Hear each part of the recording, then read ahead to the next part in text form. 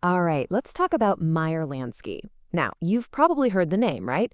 But his story, it's not what you'd expect. We're not talking Tommy guns and dramatic bloody endings here. Nope. He was something else entirely, and you could argue way more dangerous. He was the financial genius, the brains behind the entire American mob. So check this out. On one side, you've got the usual suspects, the big names, Al Capone, Bugsy Siegel, Dutch Schultz. And how did their stories end? Well, pretty much how you'd guess, in jail or in a hail of gunfire. But then you have Meyer Lansky. He outlived every single one of them and died of old age, just chilling in his Miami apartment. How does that even happen? And that is the big question we're going to tackle. How on earth did one of America's most powerful criminals manage to just die a free man? How did the guy they called the mob's accountant balance the book so perfectly that he could basically just cash out and walk away clean? To figure that out, we've got to go all the way back to the beginning. We need to see how a young immigrant kid forged the partnerships that would end up launching a massive criminal empire. So Meyer Lansky wasn't born Meyer Lansky. He started life as Meyer Suchalonsky, way over in the Russian Empire. His family was Jewish, and they were facing some really intense persecution. So they did what so many others did. They fled and ended up on the tough, crowded streets of Brooklyn, New York. Now, America was better, for sure, but it was far from easy. Out on those Brooklyn streets, a teenage Lansky found a partner, another young Jewish kid, the notoriously hot-headed Bugsy Siegel. And together, they started their own crew, the Bugs and Meyer mob.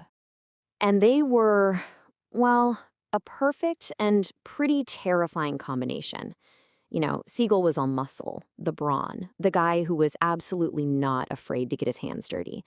But Lansky was the quiet one. He was the strategist, the brains of the whole operation.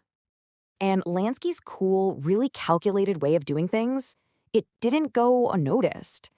Pretty soon, he popped up on the radar of the most powerful rising boss in the Italian Mafia, a guy named Charles Lucky Luciano. Now, see, the Italian Mafia had this super strict rule, no non-Italians, period.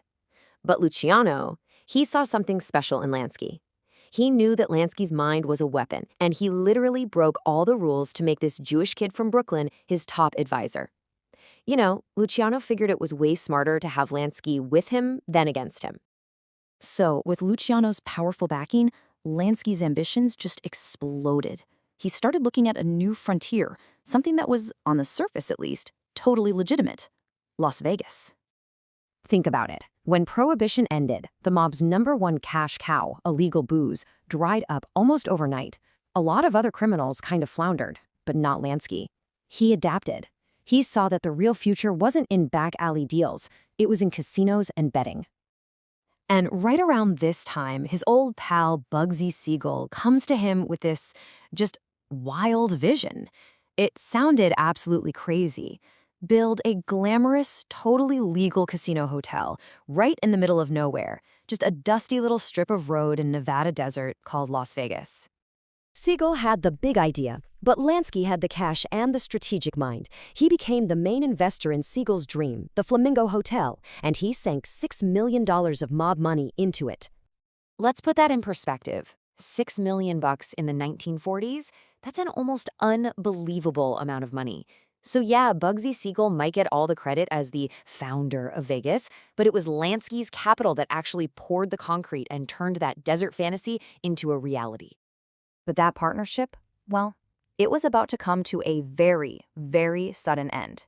Just 1 year after the Flamingo opened its doors, Bugsy Siegel was sitting at home in Los Angeles when he was hit by a hail of gunfire. And to this day, the case is still officially open. Nobody really knows for sure who ordered the hit on one of the most famous gangsters in American history. But here's the kicker. The unofficial story, just hours after Siegel's body was found, Lansky's guys walked right into the Flamingo, paperwork all ready to go, and just calmly took over the entire operation. For Meyer Lansky, it was simple. Business was business. So with Vegas locked down, Lansky started looking for his next big score, and he found it on a tropical island just 90 miles off the coast of Florida. It would become both his greatest achievement and his most spectacular failure. Back in the 1950s, Cuba was this amazing paradise for American tourists. Lansky went all in. He built the super luxurious Habana Riviera Hotel. And for a few years, it was making even more money than Vegas. But then, in 1959, history just intervened. Fidel Castro's revolution swept through Cuba, and one of the first things he did was kick out the mob and just seize all their stuff. And just like that, it was gone. His entire Cuban empire, this masterpiece of investment that was worth millions and millions of dollars, just vanished. It was a huge, huge blow, and it proved that even a meticulous planner like Meyer Lansky couldn't control the winds of history. So after the whole Cuba disaster, Lansky kind of pulled back, focusing on his operations in America. He was getting older, but he had one last enemy to face. And this was one he couldn't bribe, he couldn't intimidate, and he definitely couldn't outsmart. So get this, by the 1970s, after decades as a top crime lord, Lansky, unbelievably, had never been convicted of a single serious crime. His police record was clean. But there's one government agency that couldn't care less about your rap sheet, and that's the IRS. They came after him hard for tax evasion. He even tried to flee and seek asylum in Israel, but they said no. He was trapped. Now, we don't know the exact details of the deal he made, but the bottom line is he never spent a single day in jail for it. And then, at 72 years old, Meyer Lansky decided to cash in his chips for good. He retired from the mob and moved into a quiet little apartment in Miami. He just lived out the rest of his days like any other retiree. It wasn't a rival's bullet or a prison cell that got him in the end. At 80 years old, the lifelong smoker died of lung cancer. The mob's accountant had finally closed his own books. So, what do you make of him? Was he just a ruthless gangster who got incredibly lucky? Or was he a brilliant strategist who just happened to play the game outside the law? I mean, he was the only one of his kind to die a free man. And maybe that is the most important entry on his final ledger.